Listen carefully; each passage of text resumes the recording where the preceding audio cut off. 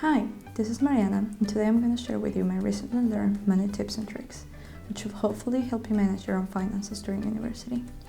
My first advice is to have multiple sources of income. Try to get as many sources of income as possible without sacrificing your well-being.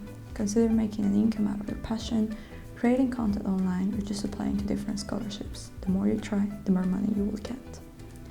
My second advice is to try out budgeting. Budgeting means assigning your incomes into different categories. Think about all your expenses: rent, services, food, going out, or clothing. Assign a specific amount for each category and make sure you stick to it. The last step is to track your incomes and expenses. Make sure that you know where your money is going and make sure to keep your budget as your spending limit. My next advice involves reducing your expenses. A good way of doing this is to try to make things yourself. Yeah, the coffee you drink every day, the bread you could have baked at your apartment, or your daily food. Think about all the things you can make yourself and how much money this would save you. Internet is the best platform for this. There are a few things you can learn to do nowadays. And finally, don't be afraid of buying secondhand. Secondhand furniture, decorations, utensils, and tools can save you a lot of money and can save the environment a lot of waste.